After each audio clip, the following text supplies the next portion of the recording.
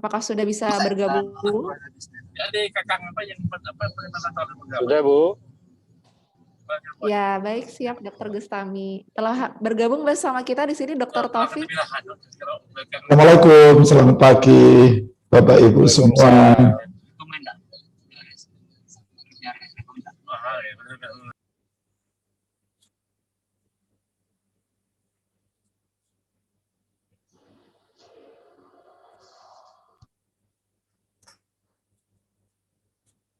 Mungkin untuk bisa presensi kita bisa buka kameranya sebentar, Bapak, Ibu.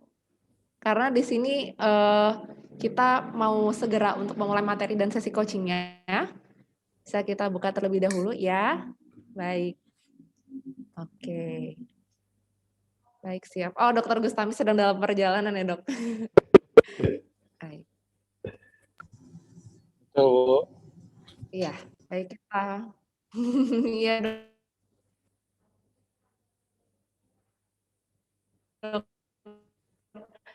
Baik, siap.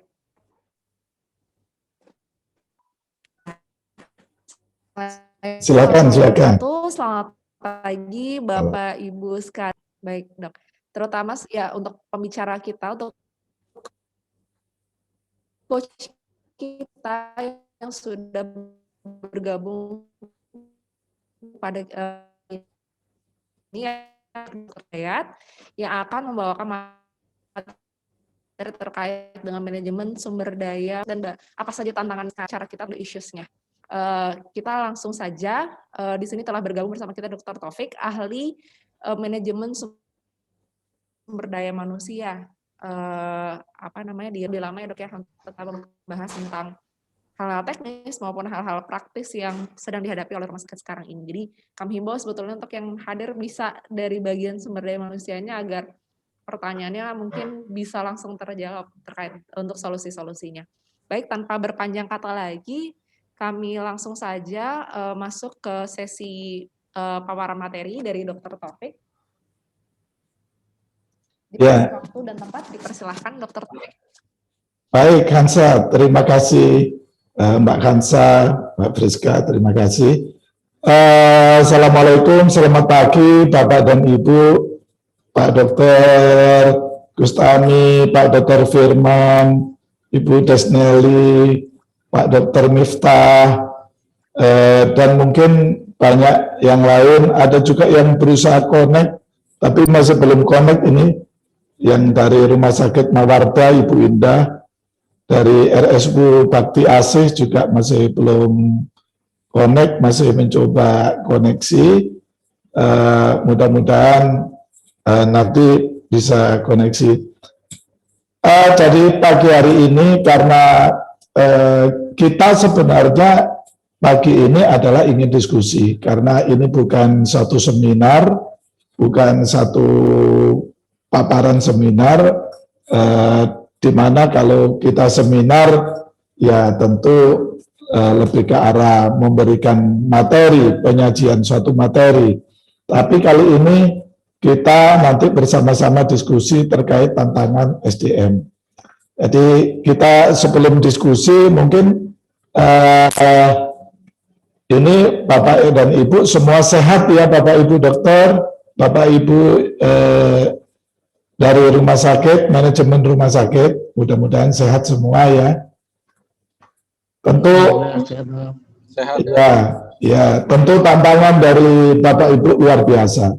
Saya sangat memahami kondisi saat ini, Bapak Ibu mendapatkan tantangan yang luar biasa dengan adanya COVID ini. Pasti juga rumah sakit yang pertama harus melindungi diri karyawan, para tenaga medis yang ada dari infeksi, dan juga harus melayani. Ini memang menjadi suatu beban yang luar biasa karena memang kita tenaga kesehatan. Namun sisi lain ya kita juga pahami bahwa COVID ini juga ada membawa berkah kepada kita, dalam artian kita memang tidak mendoakan orang sakit, tidak mendoakan pandemi, tapi dengan adanya COVID, kita akhirnya melayani, dan di situ juga akan meningkatkan pendapatan kita dari pembiayaan dari yang dihasilkan dari pelayanan COVID ini.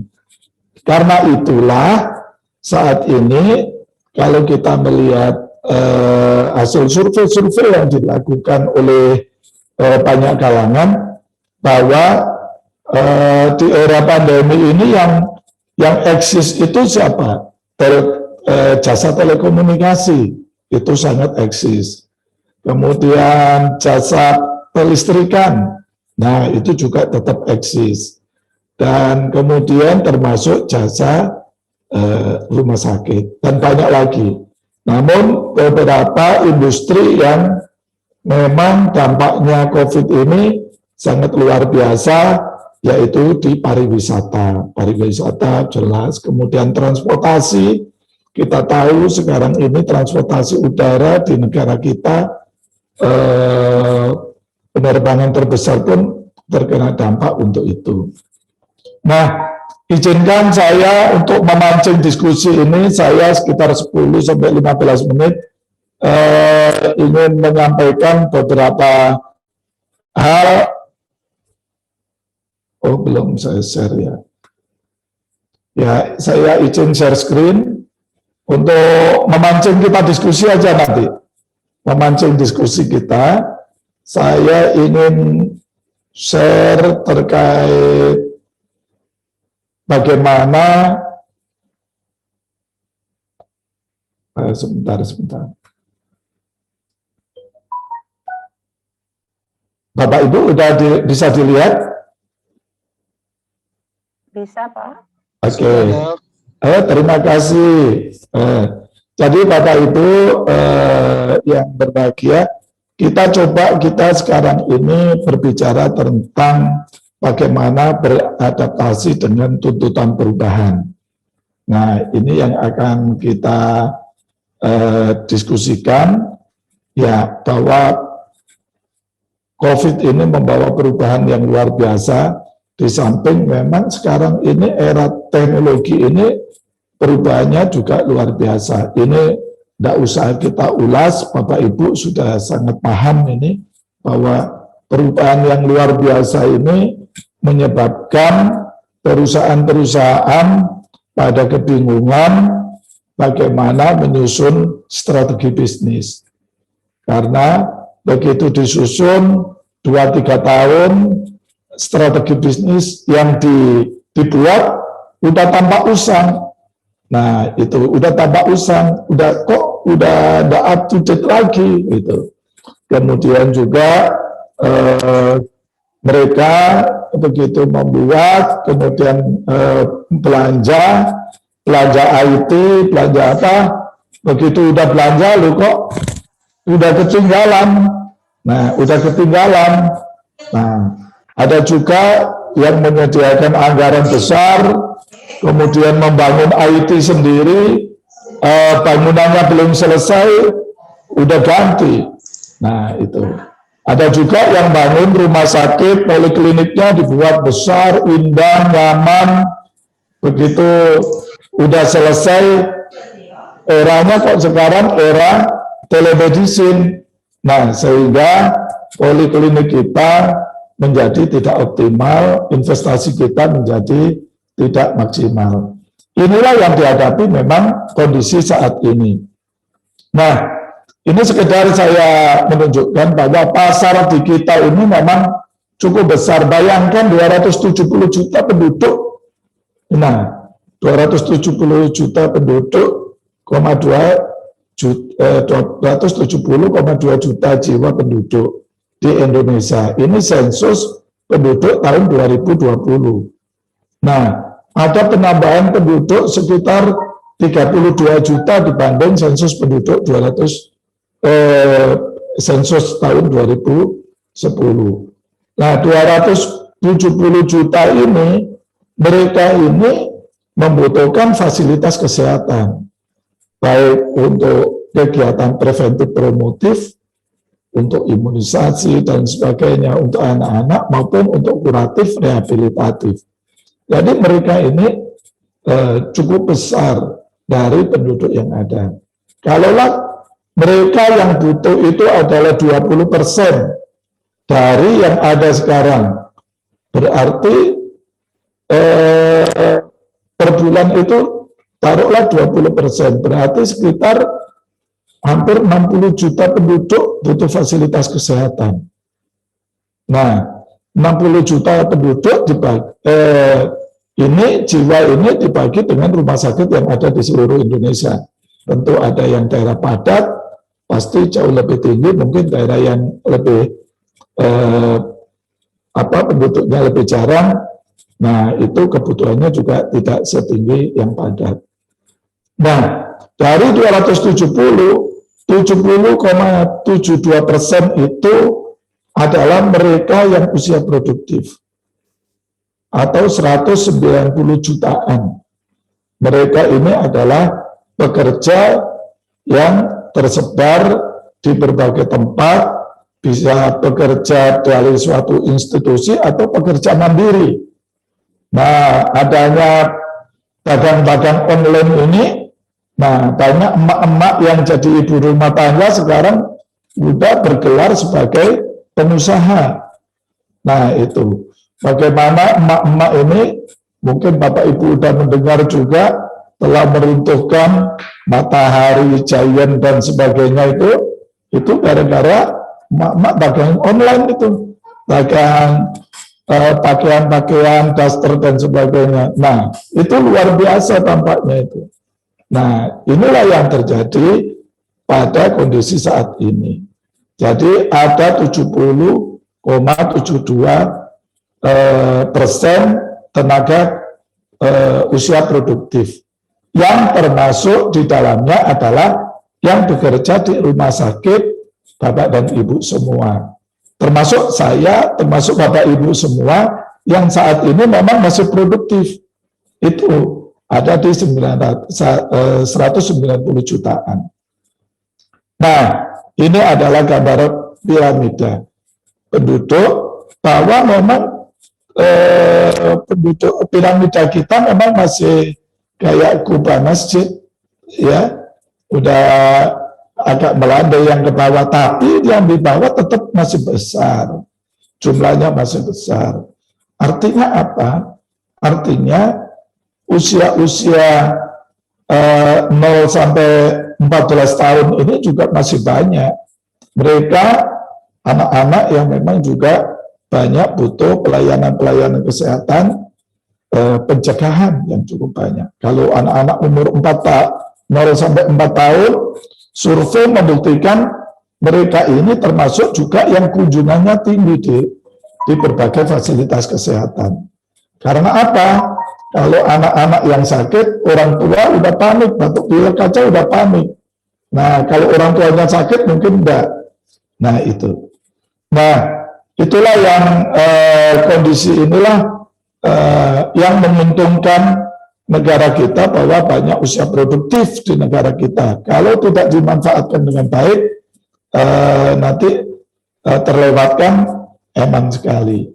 Nah, ada perubahan signifikan tenaga kerja yang berubah, tadi kita lihat, ada demografi tadi yang sudah kita lihat.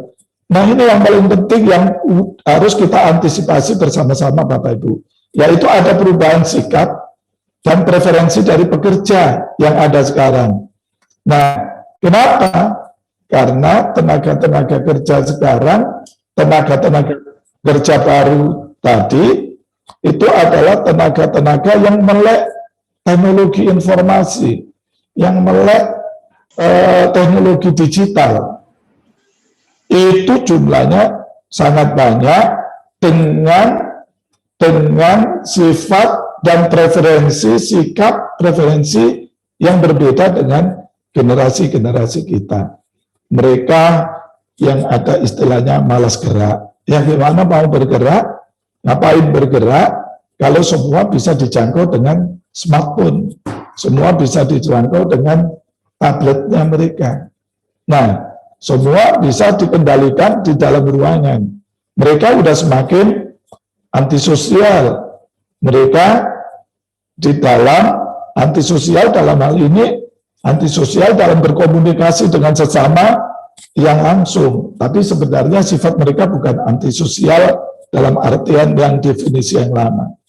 Nah, inilah adanya demografi dan diversifikasi. Saya hanya ingin menyampaikan juga kepada Bapak Ibu.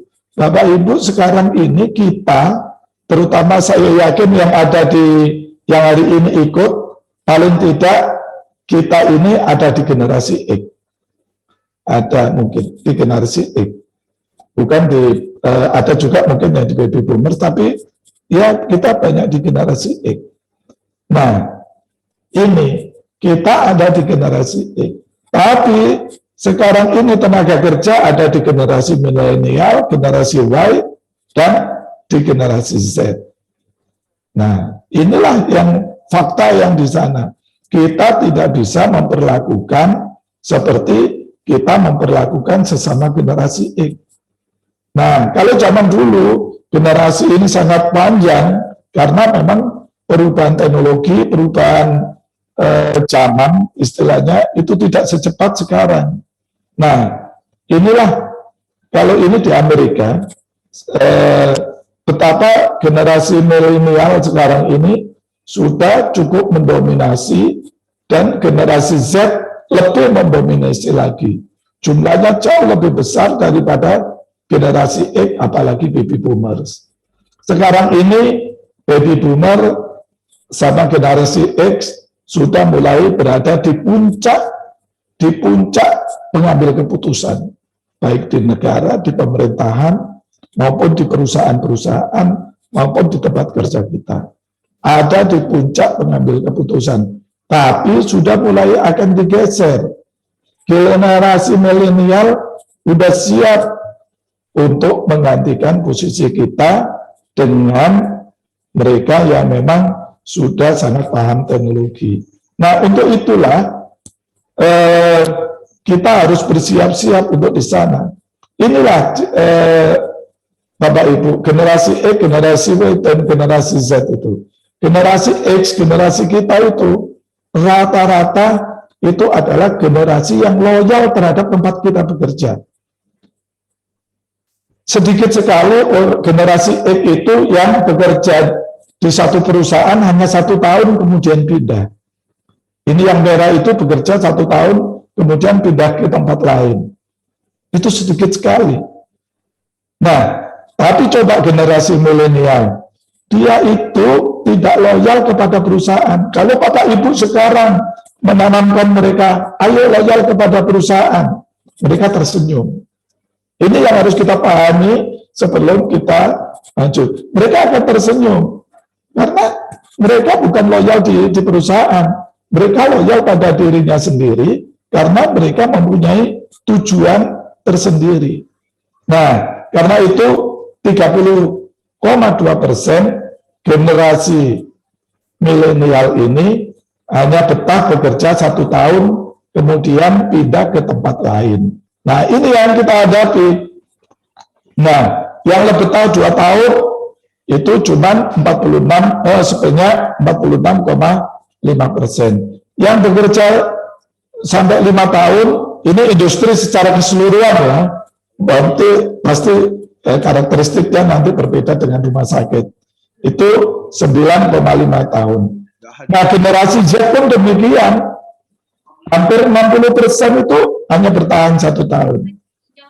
Ya, anak-anak kita lah, anak-anak kita ini.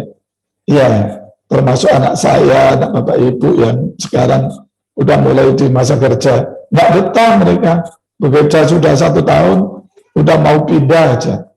Nah, ini. Nah, inilah generasi-generasi itu. Kita harus tahu, kita harus paham bagaimana karakteristik mereka. Memang ini tidak kaku, tapi memang pengelompokan ini banyak tempatnya. Ini saya ambil dari tirto.id. Ya, mereka yang generasi X seperti kita itu adalah generasi yang individualis dalam hal bekerja. Ya, kalau bisa dikerjakan individu, ya lebih banyak individu mengerjakan ini, karena kalau terlalu rame-rame nggak bisa. Kamu fleksibel, ya fleksibel, tapi ada nada-nada skeptis dan harapannya tinggi terhadap pekerjaan.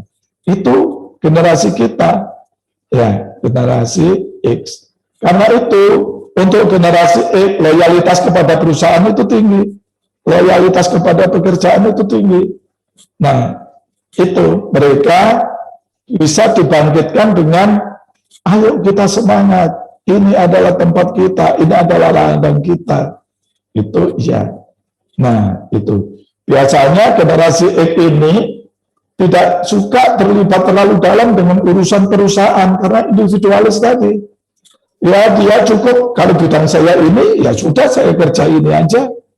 Nah, itu. Lain dengan generasi milenial, apalagi generasi Z. Generasi milenial, generasi Z itu knowledge, mereka mengejar knowledge, mengejar pengetahuan, dan ingin selalu dilibatkan dalam pengambilan keputusan. Kalau tidak, nah dia lebih, oh ya udah kalian yang ngurus ya sudah. Nah itu, karena generasi milenial ini sangat percaya diri, ya berorientasi kepada kesuksesan. Namun mereka sangat toleran, terhadap sesama, kompetitif dan suka ingin diperhatikan. Nah, generasi Z menghargai keberagaman, menghendaki adanya perubahan sosial, ya yaitu tadi perubahan sosial, sukanya yang work from home. Nah, itu. Nah, itulah yang dihadapi. Inilah struktur dari generasi mereka. Nah, karena itu kita perlu memahami keberadaan generasi itu, ya. Nah, bagi kita yang mengelola sumber daya manusia, kita harus memikir bahwa tidak lagi memikirkan adalah one fit for all, ya. Satu kebijakan itu sama untuk semua. Itu tidak berlaku untuk generasi Y, generasi Z. One fit for all tidak berlaku. Itu menjadi tidak praktis lagi. Kalau Bapak Ibu membuat kebijakan semua, itu tidak bisa. Nah, melepaskan dari pemikiran bahwa prosedur harus seragam, akan membawa hasil optimal, itu tidak bisa.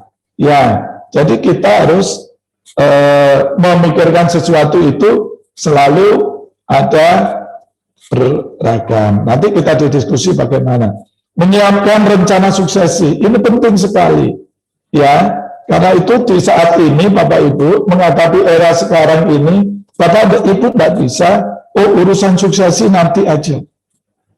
Bapak Ibu tidak bisa, ya. Ini banyak yang membuktikan perusahaan-perusahaan ambruk hanya gara-gara tidak siap suksesi. Kenapa? Karena ya itu tadi perbedaan generasi X yang suka dengan yang tantangan-tantangan, suka pindah-pindah, akhirnya apa? Bapak Ibu akan kesulitan mendapatkan orang yang loyal, dan kemudian Bapak Ibu akan sulit untuk mendapatkan orang yang bertalenta, terutama di manajerial dan sebagainya. Nah, karena itu Bapak Ibu harus mengkader sejak awal. Baik itu perusahaan keluarga atau perusahaan bukan keluarga, harus ada kader. Siapa yang harus dikader? Siapa yang harus disiapkan? Nah, itu sejak awal harus diseleksi. Nah, itu. Kemudian yang berikutnya, potensi konflik. Karena generasi milenial sangat berbeda dengan generasi kita. Itu pasti itu. Mereka terlihat cuek, tidak perhatian, tidak care, sementara kita generasi X ingin diperhatikan. Nah, pertahankan kinerja yang terbaik melalui pendekatan manajerial, kompensasi yang tidak harus sama. Nah, kemudian pendekatan pelatihan dan teknologi. Saya pikir ini yang memang perlu dilakukan, bagaimana manajemen SDM agar sukses di masa depan. Kalau Bapak Ibu ingin sukses sebagai direktur SDM ataupun CEO dari suatu perusahaan rumah sakit, Bapak Ibu harus menyiapkan talenta saat ini. Sejak awal disiapkan ya siapa calon-calon yang memang memenuhi kriteria untuk dijadikan talenta. Nah, itu ya, mereka harus dibina, dibiayai, di-training. Nah, semakin banyak di-training, bagaimana mereka bisa bertahan di tempat kita. Saya pikir itu yang ingin saya sampaikan untuk bahan diskusi kita. Barangkali Bapak dan Ibu ada yang ingin share pengalaman mengelola SDM di rumah sakit, tantangan-tantangan apa saja, nanti kita mendiskusikan ya untuk ini. Memang saya juga termasuk yang punya pengalaman ketika Bapak Ibu tahu ketika perubahan Askes menjadi BPJS Kesehatan, waktu itu saya ada di dalam sana kebetulan yang memegang SDM. SDM di Askes waktu itu cuma 2.500 dengan mereka yang sudah solid. Kemudian ketika jadi BPJS, saya harus merekrut 5.000 orang lagi, anak-anak milenial yang baru, yang tidak pengalaman bekerja, apalagi di bidang asuransi, latar belakang budaya berbeda, itu luar biasa. Menghadapi itu, ya saya juga mengalami hal-hal seperti itu. Mungkin kita nanti bisa share kegagalan saya waktu itu, ataupun mungkin apa yang waktu itu bisa saya perbuat untuk BPJS bisa menjadi pengalaman kita sama-sama. Dan saya juga ingin belajar dari Bapak Ibu. Saya yakin Bapak Ibu mempunyai karakteristik kesuksesan juga dalam menjaga SDM untuk bisa kita share bersama-sama dengan rumah sakit. Begitu Hansa, silakan Hansa. Terima kasih Dr. Taufik atas pemaparan singkatnya terkait dengan materi kita pada pagi hari ini sebagai pemicu diskusi sebetulnya. Yeah. Ya, jadi kita sekarang langsung lanjutkan saja kepada sesi coaching atau sesi diskusi. Untuk rumah sakit mungkin yang mau berkonsultasi atau mau berdiskusi terkait dengan kondisi di rumah sakitnya untuk manajemen atau pengelolaan sumber daya manusianya dipersilahkan. Ya Bapak Ibu, mungkin bercerita. Silakan. Ya, izin Mbak Kanza. Boleh, silahkan Mbak Desneli. Ya, Assalamualaikum warahmatullahi wabarakatuh. Waalaikumsalam warahmatullahi wabarakatuh. Terima kasih untuk Pak Taufik atas materinya pagi ini, luar biasa menurut saya. Jadi barangkali terkait dengan suksesi ya Pak ya. Mungkin untuk kami yang rumah sakit di daerah ini, mungkin itu kalau untuk melahirkan talent, ketahanan kerja semua seorang karyawan, itu saya lihat berdasarkan spesifikasinya juga gitu. Jadi kelompok SDM-nya. Dalam hal ini tergantung penawaran pasar ya. Kalau di kota besar barangkali perebutan untuk penempatan SDM yang berkualitas mungkin banyak saingan-saingan rumah sakit. Untuk kami di Bengkulu mungkin masih terbatasnya pekerjaan, itu juga tidak terlalu ini untuk SDM untuk kualifikasi tertentu, misalnya kayak perawat, kemudian itu kan masih tergolong rendah turnover kami. Tapi kalau untuk yang jenis yang lain, dalam hal ini mungkin seperti dokter, itu memang agak sulit. Nah, kenapa? Mungkin di samping memang banyak faktor juga yang mempengaruhi ketahanan kerja mereka. Di samping di sini mungkin ada faktor eksternal dalam hal ini ya Pak ya. Mungkin karena kita memang belum punya dokter spesialis ya. Jadi dokter-dokter mitra yang banyak bergabung di kami itu sangat mempengaruhi karena mereka banyak interaksi dengan dokter spesialis ya Pak ya. Jadi dengan seperti itu, walaupun mungkin secara perencanaan kita sudah berusaha mensuksesi mereka untuk dipersiapkan menjadi talent-talent ke depan, cuman kadang-kadang karena faktor ini interaksi yang luar biasa, tekanan luar biasa dari dokter spesial, jadi mereka menjadi tidak tahan yang tadinya rencananya berencana bekerja di rumah sakit kita sekitar 3 atau 4 tahun ke depan, jadinya mundur gitu ya. Jadi faktor-faktor ini yang kami kadang-kadang sulit, khususnya untuk dokter yang memang di rumah sakit dibutuhkan beberapa posisi yang memang harus kualifikasinya dokter, walaupun baru dokter umum ya. Jadi mungkin mohon saran dan ini Pak Taufik, kira-kira apa sih yang bisa kita maksimalkan gitu ya. Jadi untuk menekan faktor eksternal ini sehingga dari kita juga menjadi lebih dominan untuk lebih mengatur dan mempersiapkan untuk kedepannya. Mungkin itu saja Pak, terima kasih. Assalamualaikum. Waalaikumsalam, Bu Desnali. Terima kasih untuk cerita pengalamannya, Bu. Jadi memang, kebetulan saya 5 tahun terakhir ini, saya juga berkecimpung di perumahsakitan. Dan jauh lebih pelosok mungkin daripada tempatnya Bu Desnali. Memang apa yang Ibu sampaikan tadi tepat untuk di daerah yang tidak seperti di Jakarta atau di Jawa itu kalau sisi loyalitas insya Allah memang masih banyak karena tenaga-tenaga yang di sana memang terbatas, kemudian biasanya orang yang ada di sana.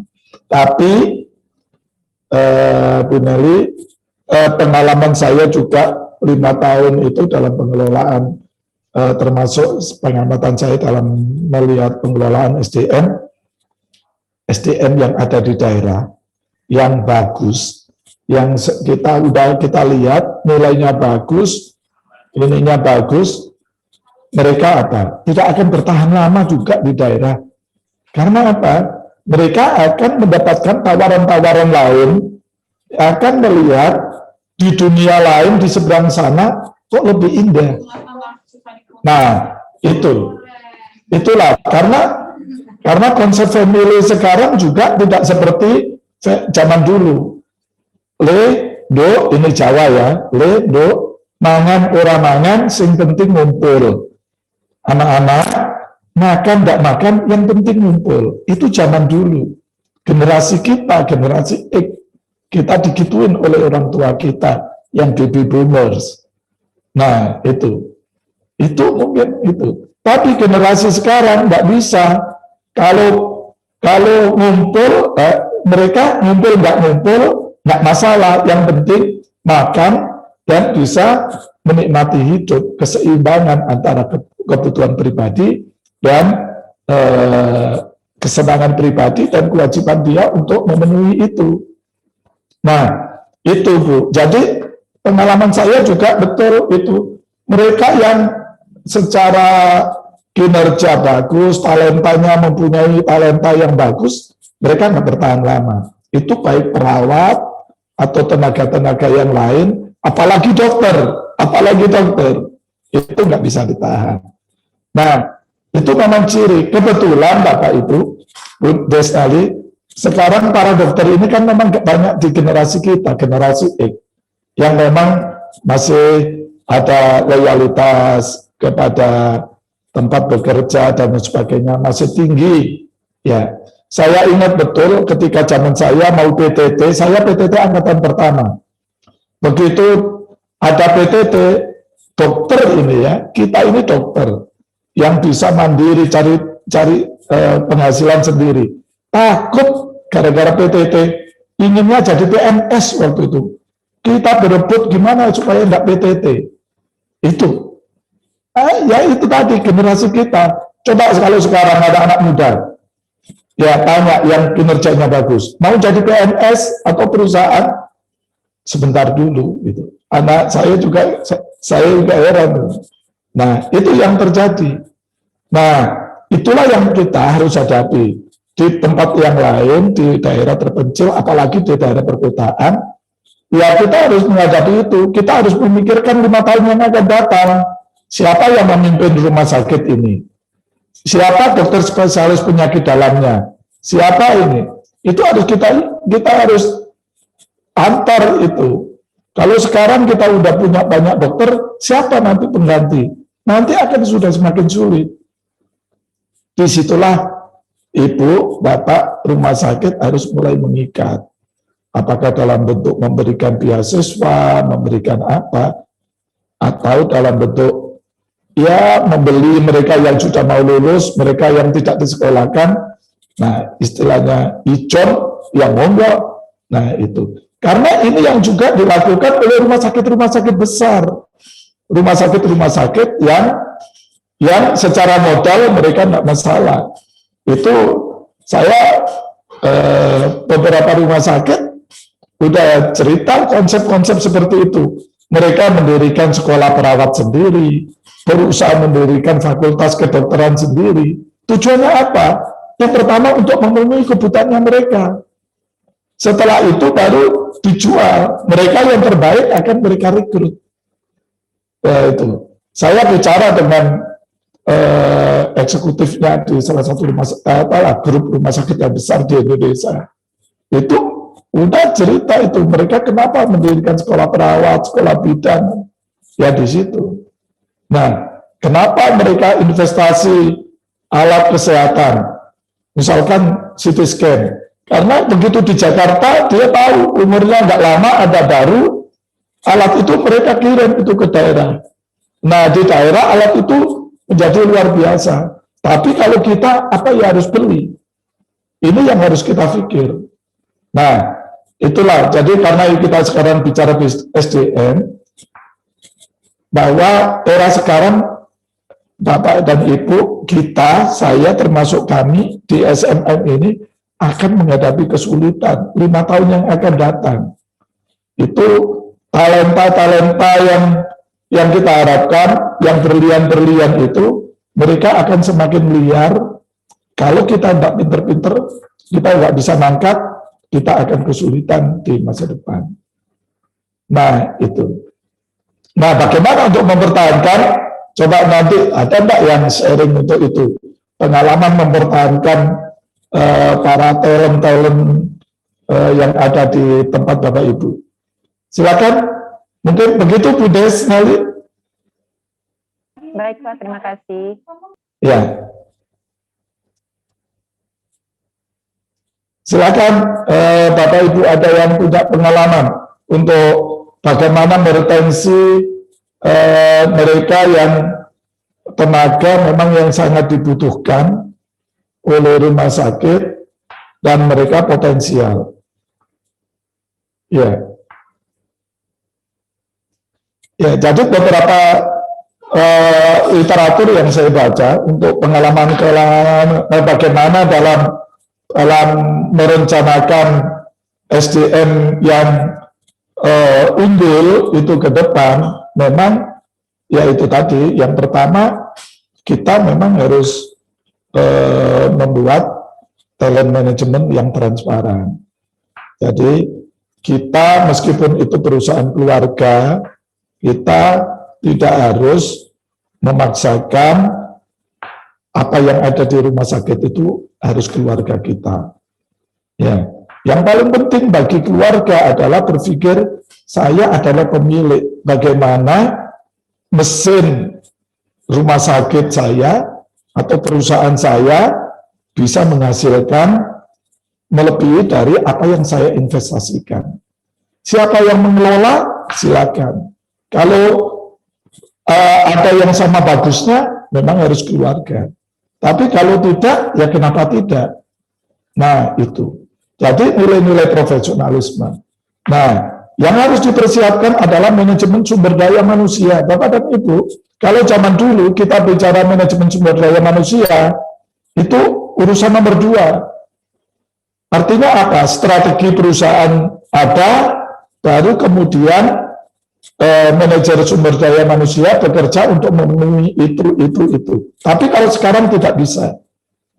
Strategi dibuat paralel dengan strategi SDM. Karena itu ketika menyusun perencanaan strategis, SDM harus ada bersama-sama, duduk bersama-sama. Nah, disitulah. Nah, kita ini memang masih lucu. Ya, kita ini termasuk mungkin tempat saya bekerja yang lalu, kita ini begitu menyayangi investasi di bidang misalkan teknologi canggih, membeli CT scan, membeli alat, kalau di daerah mungkin ada ya CT scan yang terbaru. Habis itu coba, oh rasanya disayangnya itu bagaimana dirawat dengan baik, maintenance-nya dengan baik. Lupa, SDM yang menjalankan alat, maintenance-nya biasa-biasa aja. Bahkan mungkin ya tidak dikelola dengan baik. Akhirnya apa? SDM yang bagus-bagus, kalau dia pilihannya nggak lari, atau tetap di situ dengan demotivasi. Nah itu. Apalagi kalau Bapak Ibu rumah sakitnya dengan sistem sama. Cara penggajiannya sama, itu tidak ada berbasis kompetensi, berbasis kinerja. Bodoh pinter penghasilan sama, rajin malas penghasilan sama. Itu udah bikin demotivasi.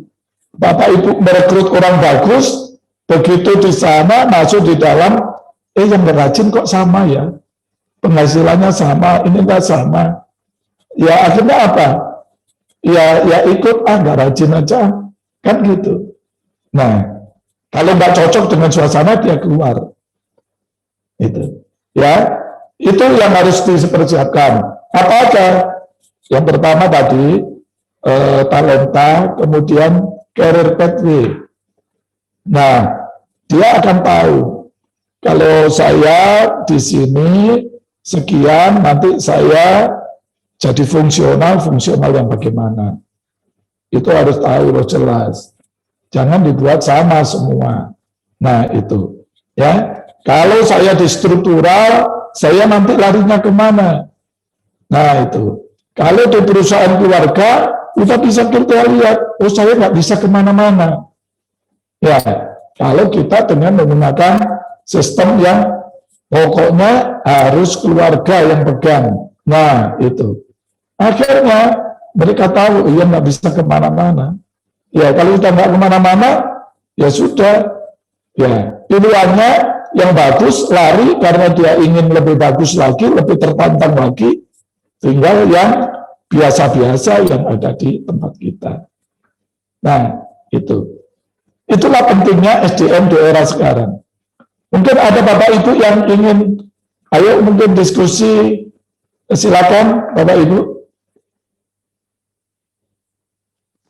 Silakan Bapak Ibu untuk menyampaikan lagi mungkin kondisi di rumah sakitnya terkait dengan manajemen atau pengelolaan sumber daya manusianya, atau bisa berdiskusi terkait dengan tadi rencana career path bagi di rumah sakit. Persilahkan. Ya, Bu. Jadi memang sekali lagi biarpun rumah sakit Bapak Ibu mungkin mungil, kecil, tapi bagaimana Bapak Ibu bisa melakukan fleksibilitas untuk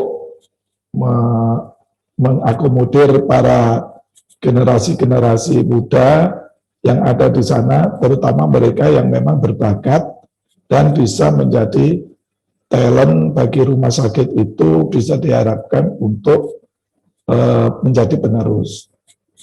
Kemudian juga yang berikutnya, ya supaya nggak jenuh, nggak rutin, ciptakan inovasi-inovasi bagi mereka.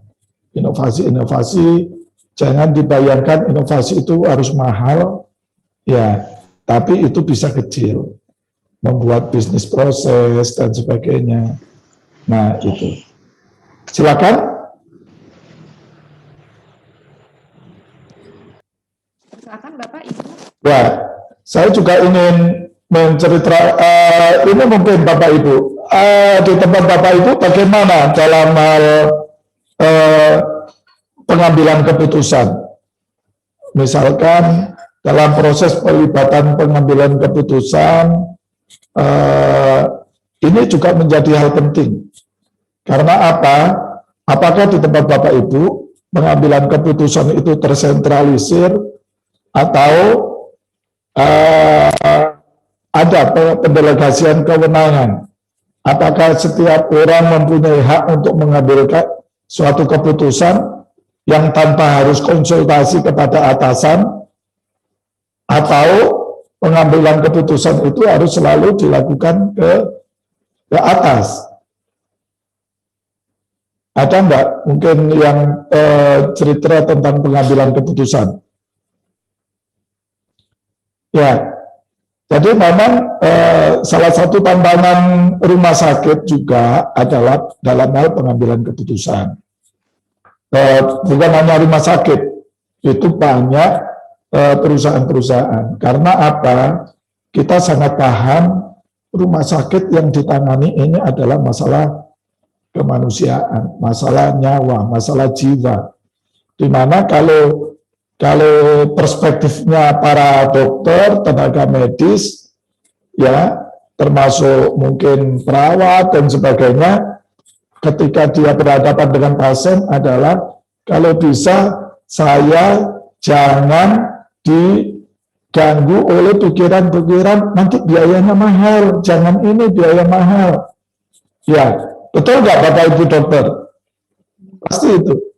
Ya, kalau bisa para dokter itu berpikirnya adalah gimana saya segera mengobati, saya bisa memberikan terapi sesuai dengan kompetensi saya, melakukan penata laksanaan, saya butuh lab ada, saya butuh semua kebutuhan untuk mendukung, semuanya ada. Nah itu perspektif para dokter, para tenaga medis, para perawat. Lain mungkin dengan manajemen lain kan. Nah itu kan bagaimana membuat keputusan, ya mereka tidak hanya berpikir orang itu cepat sembuh. Ini pasien BPJS loh. Bagaimana caranya agar pasien BPJS ini, ya apa yang diberikan tidak rugi. Lah kalau rugi apa nanti manajemen bayar, bagaimana itu? Nah itu manajemen. Jadi selalu ingatkan, dok jangan lupa. Nah ini juga akan jadi potensi konflik di rumah sakit. Nah itu perspektif rumah sakit, belum perspektif pembayar. Pembayar itu bisa pasien itu sendiri yang out of pocket, atau perusahaan tempat pasien bekerja, atau perusahaan asuransi tempat pasien mengasuransikan diri, atau BPJS. Perspektif mereka bagi pasien ya itu tersendiri. Bagi pasien adalah saya dilayani cepat, dilayani ramah, cepat sembuh. Itu saya dilayani cepat, dilayani ramah, enak dan cepat sembuh. Itu mereka tidak hanya butuh cepat sembuh aja. Ya, biarpun pasien BPJS, mereka ya kita bisa bilang, oh bayar sidik jaluk selamat. Nah itu kan itu istilah-istilah juk-juk yang di luar kesehatan ya. Ini saya tidak bilang di kesehatan. Di luar kesehatan kan ada cerita naik becaan, itu bayar dikit kok minta selamat. Nah itu ada dulu juk-juk. Nah ini tapi bagi peserta BPJS tidak bisa seperti itu. Mereka juga ingin dilayani dengan baik. Karena itu sekarang ini, dan era sekarang ini salah satunya adalah patient center itu. Nah sekarang bagaimana bagi pengusaha atau bagi asuransi? Kalau asuransi yang indemnity, perusahaan yang tidak paham kesehatan, gimana caranya efisien? Biar saya bisa merencanakan usaha saya untuk SDM, biayanya tidak meningkat terus-menerus. Karena bagi perusahaan-perusahaan, biaya SDM itulah yang sering menjadi variabel. Yang lain bisa diperkirakan, tapi biaya SDM itu tidak diperkirakan. Nah, saya juga bekerja di salah satu rumah sakit milik BUMN yang sangat besar. Nah, itu juga gitu. Bicara sama manajemen BUMN-nya, dok, gimana ini biaya kok mahal? Nah, dari situlah Bapak Ibu, yang ingin saya sampaikan adalah kita ya berangkat dari situ, ya, dari perspektif itu, maka untuk SDM kita tanganilah mereka dengan berbeda-beda. Keputusan berikan mereka kewenangan, berikan mereka goal-goal tertentu. Setiap orang harus memiliki goal. Nah, setiap orang harus memiliki goal. Goalnya apa? Ya, setiap orang. Yang namanya goal pimpinan tidak bisa disamakan dengan goal teman-teman yang di bawah. Kalau pimpinan adalah misalkan pendapatannya sekian. Orang pemasaran, orang yang melaksanakan pemasaran, bukan pendapatan yang menjadi goal. Orang-orang yang sales bukan pendapatan yang menjadi goal. Nah, itu. Jadi goal pendapatan itu ada pada siapa? Ada di bagian pekerjaan orang pemasaran, orang penjualan, ada di orang operasional, juga ada di orang keuangan. Nah, itu karena itu adalah rangkaian yang akhirnya bisa menciptakan pendapatan. Nah, karena itu masing-masing mempunyai goal masing-masing. Contohnya adalah goal orang keuangan, misalkan.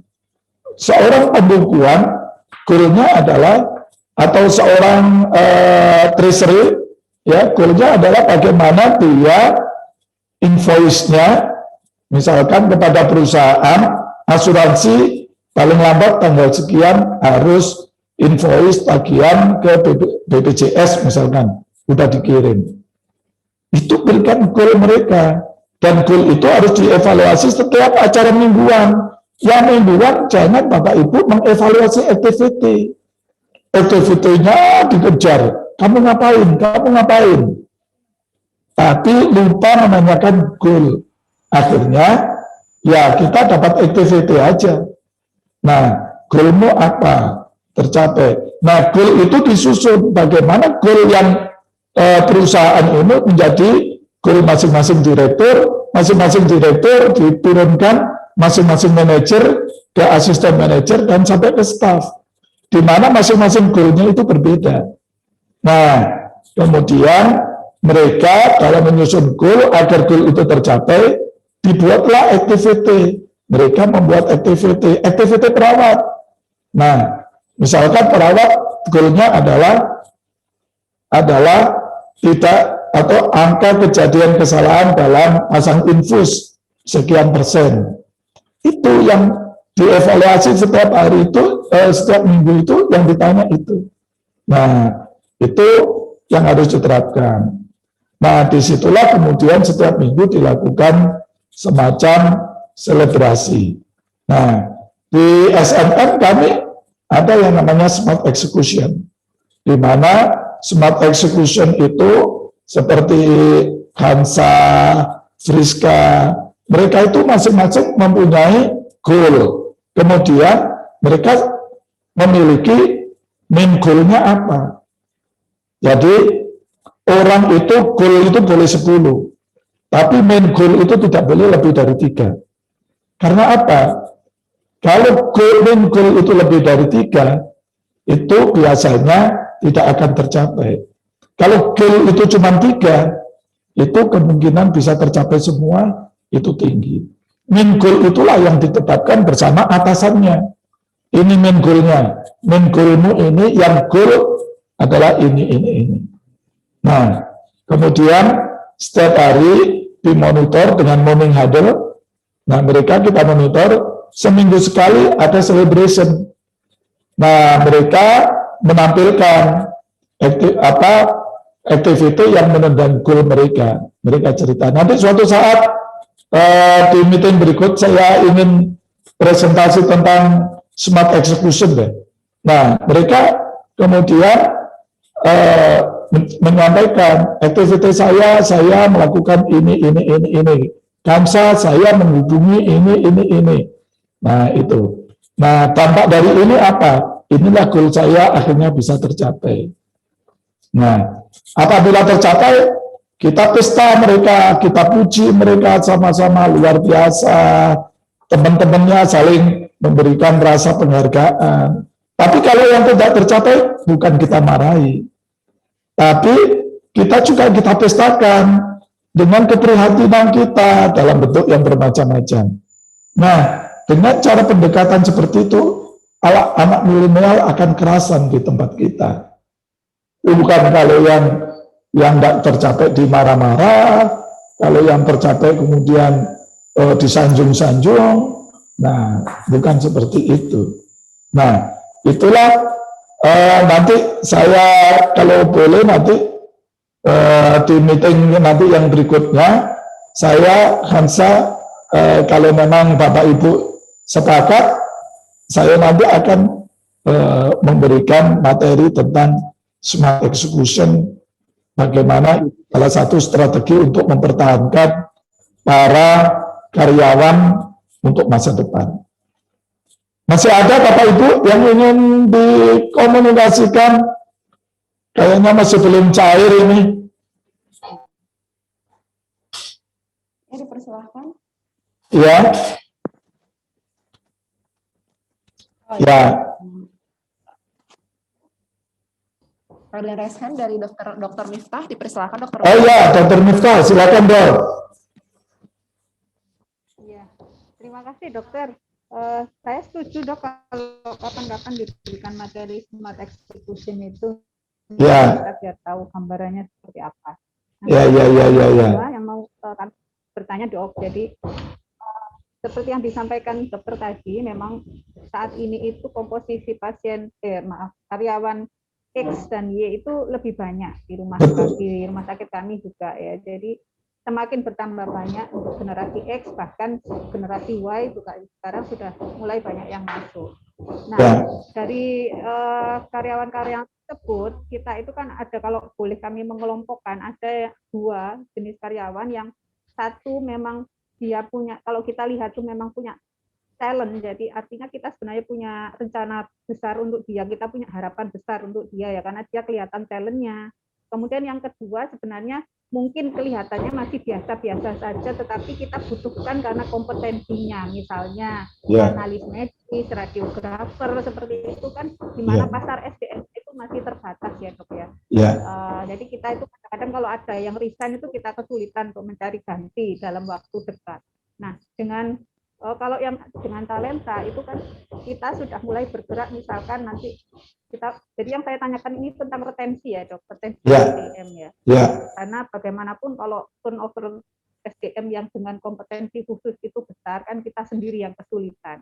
Ini yang saya tanyakan adalah bagaimana retensi SDM dengan generasi XY itu. Kalau misalkan yang dengan talenta yang kita punya harapan besar dia nanti akan bisa stay di tempat kita dan berkembang bersama kita, itu kemarin yang kita adalah menyekolahkan misalnya dok, dengan pendidikan yang bersangkutan. Cuman ini juga ada plus minusnya, karena generasi X apalagi Y itu agak tidak suka diikat ya. Jadi kalau kita pendidikan misalnya, maka apakah benar biasanya kita ada nanti masa kerja misalnya 2 kali N atau 1 kali N plus berapa tahun. Nah kayak gitu tuh apakah masih tepat model seperti itu? Tetapi kalau tidak kita ikat seperti itu dok, sudah kita sekolah ternyata lari nanti. Nah itu yang pertama. Mungkin yang kedua, yang sesuai kompetensi ini berarti sesuai kompetensi, tetapi kita masih belum ada harapan yang lebih tinggi gitu ya daripada itu. Jadi yang karyawan biasa-biasa aja tetapi kompetensinya sesuai bidangnya itu kita butuhkan. Nah ini berarti retensinya yang konvensional ya, mungkin dengan kompensasi tadi ya dok, selain yang disampaikan dokter tentang smart execution tadi ya. Kompensasi ini memang akhirnya jadi individualis ya dok. Ini juga kembali lagi kalau zaman saya masuk generasi X kayak nah itu kan kita kompensasi itu tidak terlalu nggak terlalu melihat sebagai yang utama. Nah kalau yang sekarang ini kayaknya itu dok juga yang dilihat, dia jadi kutu loncat itu, pokoknya cari ada tawaran lebih baik dia akan loncat ke sana. Nah mungkin itu aja dok, terima kasih. Terima kasih Dr. Miftah. Insya Allah nanti saya sharing smart execution sedikit aja saya tunjukkan smart execution, sedikit aja. Ya, tadi ini yang saya sampaikan tadi. Ini Bapak Ibu, ini salah satu. Jadi goal-goal itu harus berbeda antara pimpinan atas dengan yang di bawah. Dan masing-masing harus menginventarisir goal-goal apa di ruang lingkup pekerjaan Anda goalnya apa saja. Kita tidak boleh lagi bicara selamat bekerja, karena kalau bekerja itu proses. Bekerja itu belum tentu ada hasil. Ya kan? Yang benar adalah selamat berkarya, karena menghasilkan karya. Ya, menghasilkan karya. Jadi menghasilkan karya itulah goal. Nah, itu selamat berkarya. Kalau bekerja, banyak itu ditanya, kamu kerja di mana? Di rumah sakit X. Ya, kan gitu. Tapi kemudian dia datang jam 8, pulang jam 4 misalkan, jam sekarang ini. Ya, tapi di dalamnya isinya apa? Begitu datang, ngobrol sama teman. Tadi ada kecelakaan. Waduh, ini cerita macam-macam serunya. Lupa dia di poliklinik. Kesiangan dia ke klinik. Karena cerita kecelakaan. Ada lagi kemudian cerita, anak gua hari ini alhamdulillah dapat beasiswa. Lama lagi. Nah itu. Begitu ini udah waktunya break. Mau sholat duha dulu. Habis sholat duha, apalagi nanti break lagi. Ya, kemudian isoma jam 2. Nah, baru bekerja lagi. Itulah bekerja. Atau istilahnya 8016. Nah, 8016. Nah, artinya apa? Jam 8 datang, kemudian selama jam itu kosong, isinya 0, baru pulang dia jam 16. Nah, karena itu mereka harus punya goal. Jadi semua orang, goal itu tidak hanya milik struktural, tapi semua orang. Boleh mempunyai 10 goal, 15 goal, boleh, ya. Nah, cuman ini tadi yang saya bilang, ini survei ini hasil survei, ya, yang saya nggak bisa ngarang-ngarang ini. Survei mengatakan kalau kita menetapkan hanya 3 main goal bagi seseorang, 1-3 main goal, maka kemungkinan akan tercapainya dengan luar biasa dengan nilai excellence itu 1-3. Tapi kalau kita membuat 4-10 itu semua dijadikan main goal, mereka yang akan bisa mencapai sampai excellent itu hanya 1-2. Tapi kalau mereka dibebankan 11-20 goal, itu semua jadikan main goal, percayalah, di akhir tahun mereka tidak akan menghasilkan sesuatu yang excellent. Ini survei yang dilakukan bukan di negara kita memang, karena kita kan memang banyak bacaan dari luar. Tapi saya percaya dan saya mencoba menerapkan ketika saya menjadi direktur SDM dulu. Saya melihat ini. Nah, karena itu mereka banyak goal tapi punya 1-3 main goal yang harus dia capai. 1-3 main goal inilah yang nanti berpengaruh pada penghasilan mereka. Jadi tidak pinter malas penghasilan sama, tapi siapa yang mencapai goal excellent, penghasilannya akan lebih baik. Sehingga mengikatnya tidak dengan tadi itu ikatan kerja. Dan ini dibuktikan oleh Dr. Ediansa. Di AMISA itu, mereka yang disekolahkan di kuliah, tidak ada ikatan dinas, tidak ada diikat. Tapi mereka tahu, mereka kenapa kok masih tetap ingin di AMISA. Karena mereka tahu, dia akan mendapatkan tantangan di sana, penghasilan mereka atas apa yang mereka kerjakan dengan kuat. Tapi hubungan dengan sesama, dengan teman, ya baik. Karena sistem jelas. Orang sekarang cenderung individual. Kerjasama bukan berarti satu pekerjaan dikerjain bersama-sama. Itu yang salah. Kerjasama, satu pekerjaan. Yang namanya kerjasama itu adalah sistem. Anda mengerjakan di sini, saya mengerjakan di sini. Nah, outputnya nanti, output utamanya milik atasan ada di sini. Itu. Jadi bukan satu pekerjaan dikerjain sama-sama. Saya ingat betul ketika masih koas, ya kan, ketika tidak ada pekerjaan, kita ngumpul di ruangan, melintingi kapas. Satu bal dilintingi bareng-bareng. Ayo kerjasama. Nah, itu bukan seperti itu. Itu bukan kerjasama. Nah, ini harus, prinsip-prinsip itu harus juga kita tanamkan kepada tim kita. Nah, itulah Bapak dan Ibu, saya kenapa kok bilang goal itu penting. Ini Bapak Ibu, 4 permasalahan dalam eksekusi.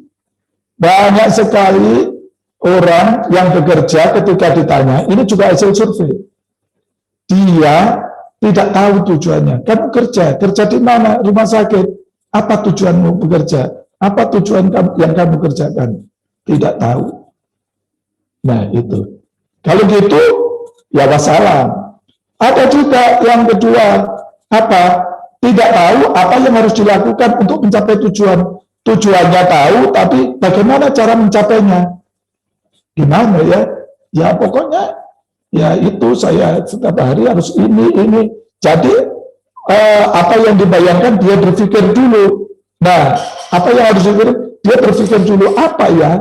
Nah, tidak kayak orang otomatis yang mempunyai sistem. Apa yang kamu kerjakan perawat? Oh ya, saya begitu datang melakukan ini. Nah, itu. Tapi bagi banyak kan bingung dulu. Oh ya, udah cerita kemudian tidak terstruktur. Itu juga masalah.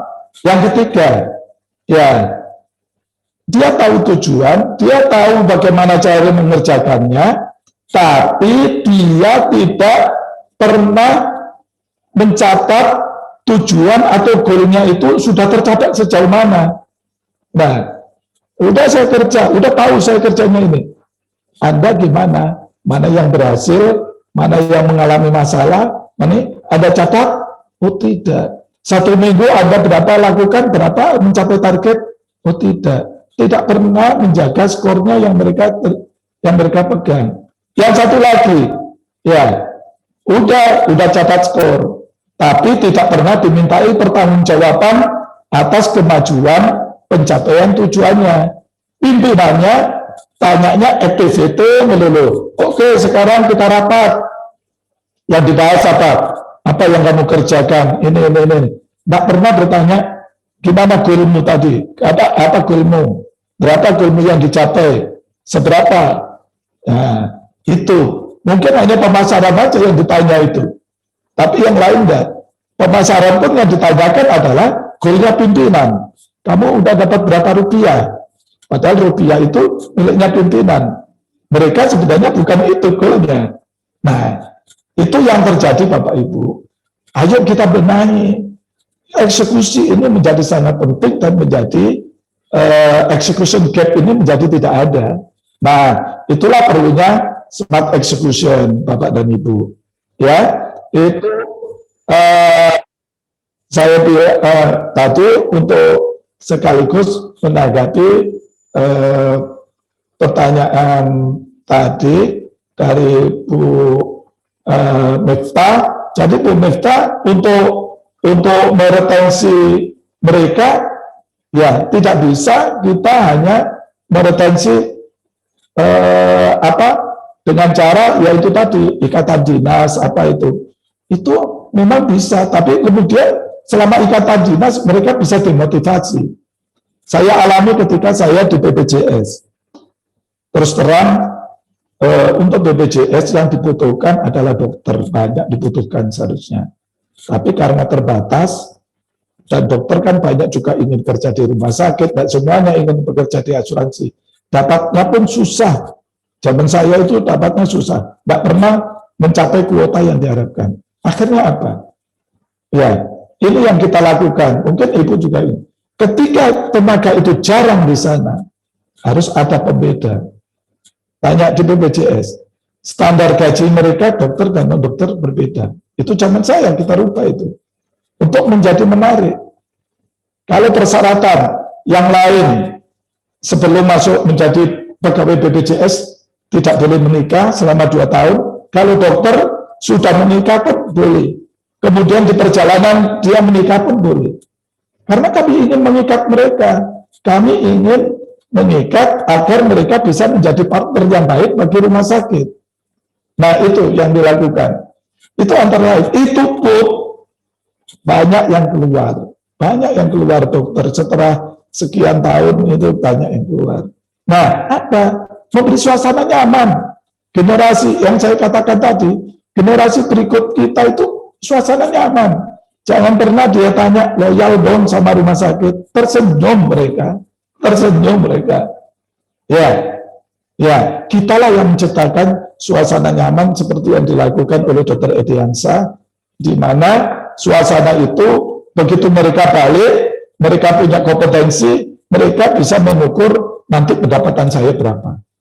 Itu yang penting. Kalau seperti itu, ngapain juga saya ke rumah sakit lain yang belum tentu sistemnya seperti itu. Ya, nah saya pikir itu. Ya, jadi SDM ini jangan dipandang sebelah mata. Penting sekali SDM ini.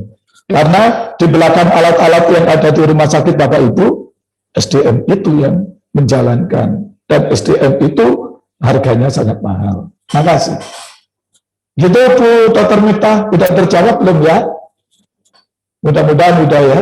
Bisa, Dok. Terima kasih.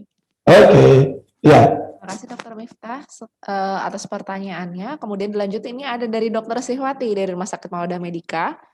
Dr. Sihwati. Ya Dok. Monggo Dr. Sihwati. Ya. Tetangga saya. Ya. Assalamualaikum warahmatullahi wabarakatuh. Waalaikumsalam warahmatullahi wabarakatuh. Ya. Mohon maaf saya tadi ketinggalan masuk Taufik. Saya baru keliling terus Dr. Miftah bilang ada. Ini baru masuk ya. Jadi saya ujung-ujung tadi yang mengenai smart execution. Smart execution. Ya. Oke. Tadi saya mendengar masalah bahwa semua pegawai siapapun SDM itu harus punya goal, ya harus punya goal. Nah betul. Sekarang itu bahwa kita di sini ada KPI kan. Jadi, dengan KPI itu bahwa KPI ini sudah tertentu. KPI untuk perawat, untuk ini sudah tertentu. Dan juga di rumah sakit ada tenaga-tenaga yang usual atau yang rutinitas, pekerjaan rutinitas, ada yang memang harus pakai kreativitas gitu. Nah, mengenai goal tadi, otomatis ini kan sangat bervariasi Dok. Ada tenaga perawatan itu perawat pun juga rawat jalan, rawat inap dan sebagainya. Nah, ini bagaimana kita bisa memadukan antara kita menilai KPI aja sudah kewalahan gitu ya, harus dirubah-rubah, ini kok nggak bisa objektif. Kemudian ada goal. Nah ini masing-masing unit kerja itu memang ada atasannya. Belum lagi ini saya dibawahi lagi, oh ini kita ada penerapan Lean Hospital. Ini kan juga ada di mana di situ saya ingin juga di situ kreativitas. Kemudian dia punya goal goal kerjasama. Jadi saya bagaimana selama ini yang kami pakai di Mawadah rumah sakit kami adalah mengimplementasikan Lean Hospital dalam bentuk tim Kaizen. Kemudian ada sistem Kaizen. Kemudian kita mengapresiasi melalui itu. Itu pun jalannya itu harus selalu istilahnya harus dipukul baru berbunyi. Nah, kalau baik goal ini apakah bisa kita kawinkan dengan itu? Mungkin itu. Yang kedua Dok, retensi mengenai SDM. Di rumah sakit kan ada tenaga yang sekali lagi ini dokter spesialis ya. Kami kendalanya mungkin yang paling besar dokter spesialis. Kita tahu bahwa di daerah kami itu dokter spesialis masih belum banyak dan masih ada regulasi tertentu untuk tertentu itu tidak gampang untuk masuk di daerah kami. Nah, otomatis bargaining power dari rumah sakit lebih rendah ya, begitu. Nah, bagaimana ini kita bisa membuat mereka itu bisa betah, dan nantinya harapan kami bahwa rumah sakit swasta juga dengan undang-undang yang baru harus juga home doctor atau dokter tetap. Mungkin itu dokter 2 tapi saya kira juga banyak. Terima kasih Dr. Taufik. Waalaikumsalam warahmatullahi wabarakatuh. Terima kasih Dok. Pertanyaan luar biasa ini. Ya, kita sharing Dok. Jadi sekali lagi untuk tadi yang smart execution, ya sebenarnya goal itu bisa diambil dari KPI, bisa diambil yang dari Lean. Sebenarnya goal itu satu harusnya. Tidak ada lagi ada goal KPI, ada goal dari Lean, ada goal dari smart execution, tidak. Itu satu. Prinsip yang saya katakan goal di smart execution itu adalah bagaimana kita membuat semua karyawan itu punya goal. Jadi gini, kalau goalnya ini contohlah Kansa. Goalnya Kansa kebetulan. Goal Kansa ini tugasnya adalah dia sebagai project manager. Dia project manager untuk di kegiatan seperti hari ini. Nah, itu project manajernya si Kansa. Ya itu. Nah, karena Kansa itu adalah kegiatannya adalah menjalankan klub, maka dia ada target. Ya, targetnya adalah target bagaimana kegiatan ini bisa berjalan. Misalkan itu. Jadi activity ini bisa berjalan berapa? Misalkan berjalannya itu adalah sebulan sekali. Maka goal Kansa adalah sampai tanggal 31 Desember 2021 pelaksanaan Hospitalpreneur Club dilakukan sebanyak 12 kali. Kemudian ada lagi ya dengan materi lengkap, ya itu satu goal dan diikuti minimal oleh sekian dari yang mendaftar. Nah, itu contohnya. Itu adalah satu goal rangkaian. Jadi, itu rangkaian sampai 1 tahun. Nah, kemudian dari situ Kansa menjabarkan dalam bentuk apa activity, sebentar, saya ceritakan. Loh, kenapa Kansa tujuannya itu untuk apa? Untuk mendang goal SMM, pimpinannya Kansa. Yaitu apa? Ya, SMM mempunyai goal-goal yang lebih besar, misalkan goal pendapatan, goal dan sebagainya. Nah, inilah kita evaluasi sebagai pimpinan kita, Kansa, kamu mempunyai goal itu tujuanmu apa? Untuk nendang kemana? Nah, nendang ke transformasi. Transformasi tujuan utama. Oke, kalau kita nggak pas, ya nggak bisa. Ini saya contoh di SMM. Itu yang kita. Kemudian apa yang dilakukan Kansa? Kansa dari goal itu kemudian membuat activity. Yang namanya kita bilang Smart Activity Measure. Nah, yang mana ini yang akan diukur. Jadi Kansa sebenarnya goalnya banyak. Salah satu goal yang menjadi main goalnya adalah HPC, HP Club. Nah, tapi kemudian dia mempunyai activity. Nah, activity itu yang dijabarkan oleh dia. Activity-nya apa aja untuk mencapai sebulan? Yang pertama, membuat flyer untuk pemberitahuan tanggal berapa. Yang kedua, memastikan pembicara. Yang ketiga, atau narasumber. Yang ketiga, memastikan siapa yang hadir. Nah di situ Kansa akan memplot 1 minggu apa aja di kegiatan 1 minggu itu. Hari Senin ada enggak yang masuk dalam Smart Activity Measure itu? Nah, untuk mencapai main goal-nya. Misalkan ada, hari Senin saya menghubungi pembicara. Jadi hari Senin kita tidak membolehkan Kansa hanya mengerjakan satu activity yang hanya itu aja, karena banyak goal-goal lain selain main goal itu. Dia bagi jam sekian sampai jam sekian saya mengerjakan ini, jam sekian ini. Nah, itu dia bagi. Nah, dia ketika mengerjakan smart main goal itu tidak ada goal-goal lain yang boleh mengganggu dia, termasuk tugas dari goal orang lain yang kebetulan harus koordinasi sama Kansa. Dia akan bilang, sorry itu win-win bagi saya tidak kerjakan kali ini, tapi nanti gimana? Karena hari ini saya sudah mempunyai smart activity goal saya. Sehingga saya maaf tidak bisa bantu untuk ini saat ini. Kecuali itu masuk kriteria yang genting. Nah, kita membagi goal itu atas dasar penting dan genting. Bobotnya itu, bobot satu goal itu, kenapa kok dia jadi main goal? Kita bikin penting dan genting. Kita yang penting dan genting itu yang utama. Kemudian yang kedua, yang genting tapi tidak penting. Karena apa? Itu genting, kalau tidak dikerjakan bubrah, meskipun tidak genting. Tidak penting. Baru yang ketiga, yang penting tapi tidak digenting. Dan yang terakhir, tidak penting dan tidak genting, itu baru. Itulah yang kita buat. Nah, Hamsa ada 10 goal, kemudian kita tetapkan 3 main goal. 3 main goal itu antara lain itu. Nah, ketika dia mengerjakan untuk mendang main goalnya, siapapun tidak boleh mengganggu, termasuk pimpinan. Termasuk pimpinan tidak boleh mengganggu. Tadi itu accept-nya apa? Bukan pimpinan, tapi accept-nya ini masuk genting enggak? Kalau genting, baru dia bisa menunda smart activity goal-nya. Kalau tidak, tidak. Itulah yang sering di kita, karena pekerjaannya banyak, akhirnya mengerjakan, tapi tidak tahu apa tujuan.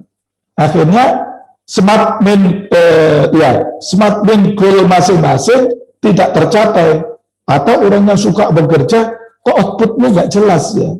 Nah itu, kerjanya bagus apa, tapi kok outputnya nggak jelas. Karena ya itu tadi, dia banyak kena whirlwind, angin puting beliung dari tugas-tugas pekerjaan temannya untuk mencapai goalnya temannya atau atasannya lagi bekerja. Nah itu dong. Nah kalau bagaimana mempertahankan, tadi itu contohnya yang di BPJS. Kalau itu kita harus tahu betul, paham betul apa keinginan mereka. Biarpun mereka biasa-biasa, kita harus tahu itulah. Sehingga kita bisa mengingat paling tidak minimal apa yang bisa mengikat.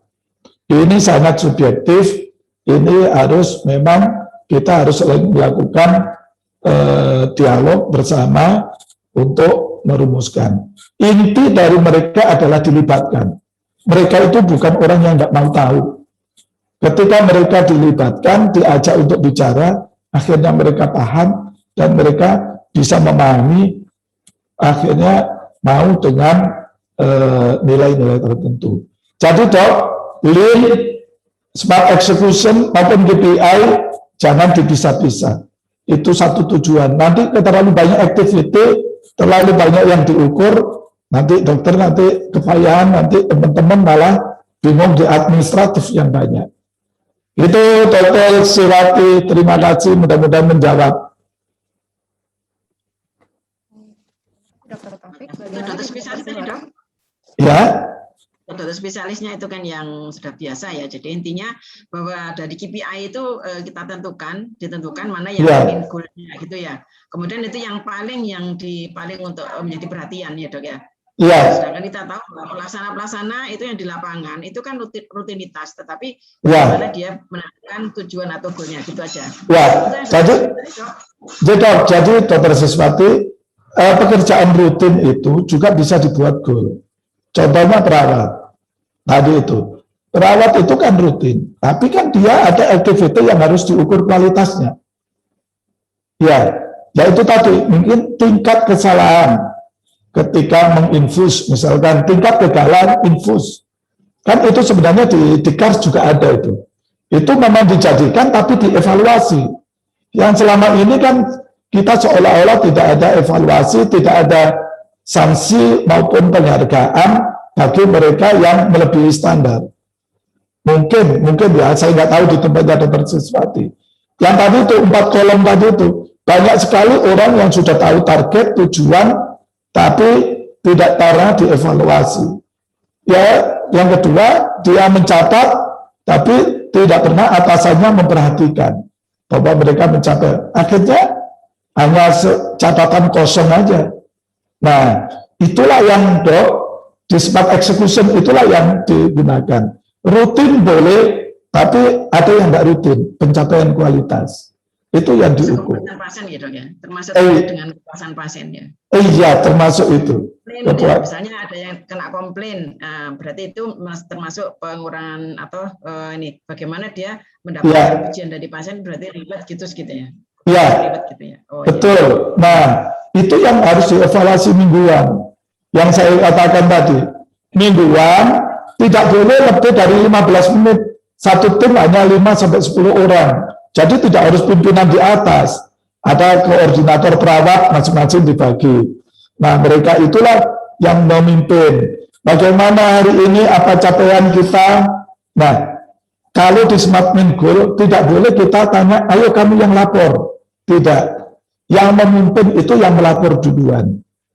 Ketika kita sebagai pimpinan, seperti saya di SMM, saya juga menyampaikan, oke, kemarin ada pekerjaan yang saya untuk clear the path untuk melancarkan jalan Kansa untuk mencapai tujuan. Kansa minggu yang lalu minta saya menghubungi misalkan Bu Sihpati. Ya, Kansa saya bilang hari Rabu yang lalu saya sudah menghubungi Bu Sihpati. Itu yang sampaikan duluan. Baru oke, Kansa silakan kamu lapor. Itu. Bukan anak buah kita duluan, tapi kita duluan. Inilah kita bersama-sama, bahwa kita semua sama-sama.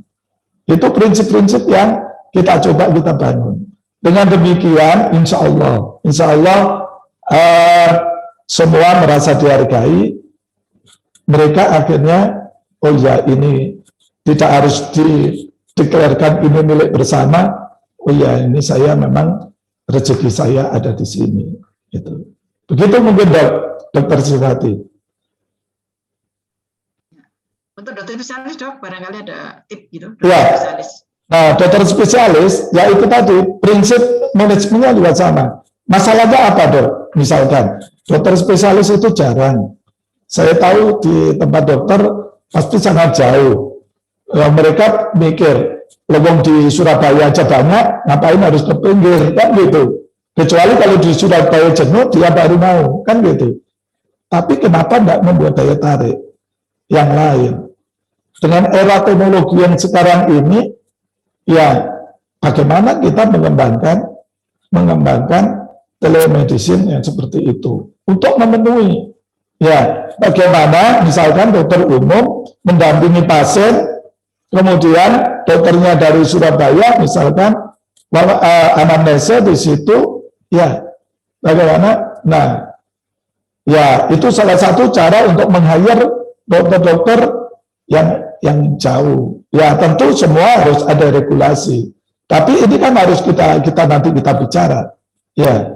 Nah, itu. Jadi banyak cara. Ada dokter memang yang memang mau harus, nah seperti yang saya di Muara Enim, Bu. Saya di rumah sakit salah satu Muara Enim. Itu sampai akhirnya untuk dokter jantung kita membuatkan semacam asrama. Ya. Ya apa? Pak, karena kita berpikir, kalau saya mengeluarkan dana sekian, ya dokter itu harus menghasilkan lebih. Karena di sana saya ada prioritas medical check up. Medical check up itu jantung itu menjadi utama. Nah di sana kan banyak perusahaan, senang sekali. Padahal dokter jantung itu nggak banyak. Kita kerjasama dengan institusi pendidikan yang ada di Palembang. Nah kemudian mereka kita berikan asrama di sana, ya memang harus kita hitung. Kalau saya nanti mengeluarkan sekian, mereka harus menghasilkan lebih dari itu. Ya, nah kemudian jadi memang harus kita tata semuanya terlebih dahulu. Begitu dok, pasti banyak lah yang lain-lain, banyak lah teman-teman punya pengalaman yang lain-lain gitu. Ya, itu salah satu. Baik, Hansa. Terima kasih. Sama-sama. Terima kasih atas pertanyaannya. Dokter. Juga kepada Dokter Taufik atas jawabannya. Berhubung sekarang sudah pukul 10.34, sudah selesai untuk sesi MTC pada hari ini. Jadi memang masih ada yang mau ditanyakan kembali, nanti mungkin bisa nanti akan kami sediakan kolom mungkin nanti untuk sesi yang selanjutnya bisa ditanyakan. Dan kita juga ada layanan untuk yang as the coach. Jadi nanti kalau misalnya ada yang mau ditanyakan nanti bisa dijawab dalam kurun waktu seminggu ke depan oleh coachnya terkait dengan tema yang berkenaan. Kemudian kami juga mohon izin untuk Bapak Ibu sekalian yang menghadiri agenda MTC pada hari ini untuk mengisi survei singkat kami untuk presensi dan evaluasi MTC pada bulan ini, terutama untuk bagian isu apa yang kira-kira atau tema apa yang kira-kira mau dibahas untuk MTC selanjutnya di bulan Juni. Mohon izin, itu sudah kami lampirkan di dalam chatnya, bisa diisi terlebih dahulu, kami berikan waktu kurang lebih 5 menit, insya Allah pertanyaannya tidak terlalu banyak. Jadi mungkin bisa diisi terlebih dahulu sebagai baseline data kami untuk pembahasan materi berikutnya. Bisa ditampilkan di sini di http://bit.ly/eval besar, filenya kecil, MTC May-nya besar. Ada di chat, bisa diklik.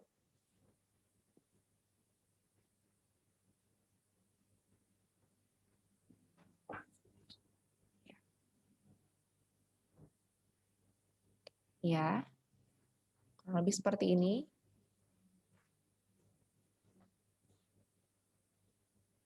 Sebagai tindak lanjut tadi terkait dengan smart execution, kami tampung terlebih dahulu untuk pembahasan ke depannya. Kami tampung untuk bahasan MTC ataupun kegiatan-kegiatan yang berkenaan dengan hospitalpreneur ke depannya. Ya.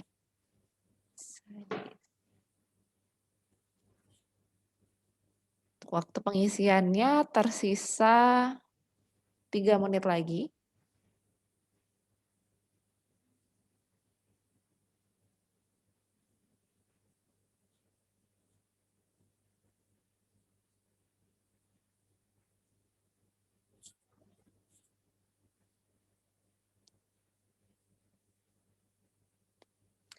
Baik, sembari mengisi, saya mau menginfokan kembali untuk bulan Juni ini kita insya Allah akan ada kegiatan. Kegiatannya itu sebetulnya buat umum, tapi khusus untuk member Hospitalpreneur Club kami memberikan penawaran menarik spesial untuk member existing yang sekarang, untuk rumah sakit yang telah bergabung menjadi member, untuk bergabung ke dalam Hospitalpreneur Tour yang akan dilaksanakan pada tanggal 9-10 Juni 2021 dan akan dilaksanakan studi tour yang di mana kami memberikan 3 slot kloter pada setiap hari Selasa tanggal 15, 22 dan 29 Juni 2021 untuk tour ke unit kerja transformasi digital di Rumah Sakit Umum Anissa Tangerang.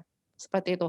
Apa yang penawaran menarik yang kami berikan kepada member di sini diantaranya adalah dari harga awal 3 juta untuk yang belum menjadi member kami memberikan harga potongan sampai 1 juta, senilai 1 juta, jadi totalnya hanya 2 juta. Itu kami memberikan untuk awalnya kalau misalnya biasa hanya 2 orang dari rumah sakit, tapi khusus untuk member Hospitalpreneur Club kami memberikan plus 1. Jadi kalau misalnya mau mengirimkan 3 orang dipersilahkan karena kami memberikan slotnya untuk plus 1. Jadi itu penawaran dari kami dan tentunya slotnya bisa dipilih. Jadi mungkin ada yang mau tanggal 29, silahkan, ada tanggal 22 atau tanggal 15 dipersilahkan. Dan itu akan diprioritaskan. Jadi kalau misalnya ada yang rumah sakit yang lain mau di tanggal tersebut tapi sudah di booking terlebih dahulu oleh rumah sakit yang lain, itu akan diprioritaskan untuk member Hospitalpreneur Club. Seperti itu. Jadi nanti kalau misalnya ada mau, kenapa? Mau lagi bahkan saya tadi mengenai hospital mengenai apa? Oh iya, Hospitalpreneur Tour, benchmarking. Kita akan ada studi banding. Ada kegiatan tanggal 9-10 itu ya, ada kaitannya dengan itu. Iya betul, Dok. Jadi nanti akan ada 2 rangkaian. Yang pertama seminarnya itu webinar kita di Zoom terlebih dahulu untuk mengetahui kerangka kerjanya seperti apa, transformasi digital secara umum untuk di industri rumah sakit. Kemudian nanti untuk praktikalnya, teknisnya, technical know-how-nya kita akan ada studi banding tour ke unit kerja transformasi digital. Itu kami memberikan pilihannya ada 3 waktu, Dok. Ada tanggal Selasa, tanggal 15 Juni 2021, kemudian ada 22 Juni 2021 dan tanggal 29. Jadi nanti dari pihak rumah sakit bisa memilih di antara pilihan 3 kloter tersebut. Seperti itu. Jadi mungkin kalau rumah sakit maksimal orangnya ya, Dok ya. Untuk maksimal orangnya, kalau misalnya non-member hanya 2 orang untuk 1 rumah sakit, tapi karena di sini sudah jadi member semua, kami memberikan plus 1. Jadi nanti untuk yang bisa datang dari rumah sakitnya bisa 3 orang.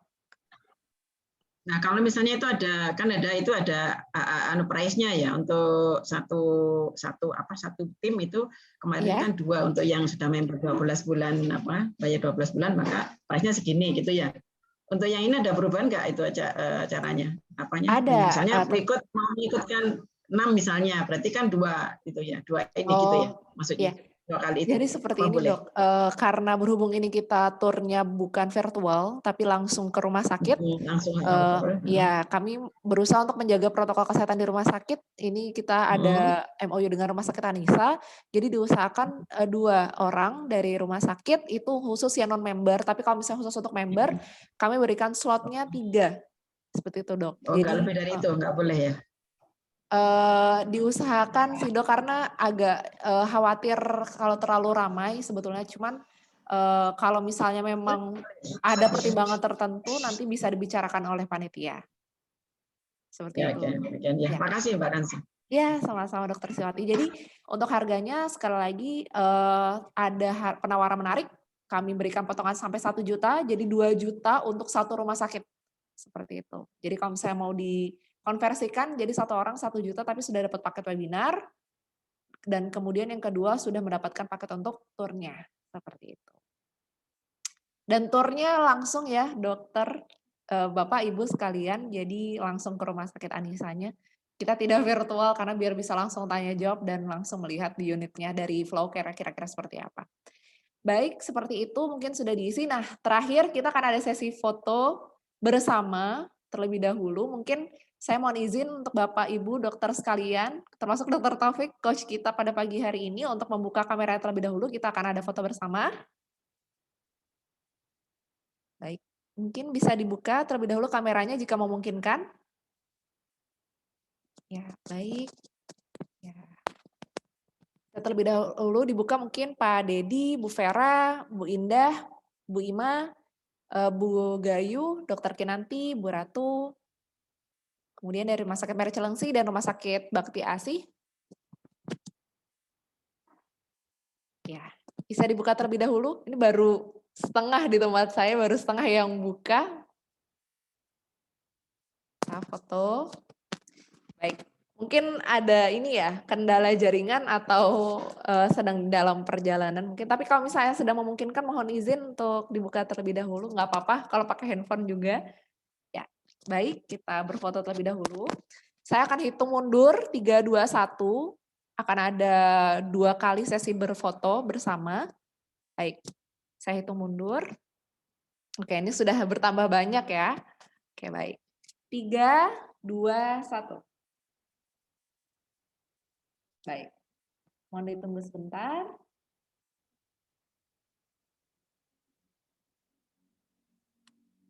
Oke, baik. Kita berfoto sekali lagi dengan gaya berbeda.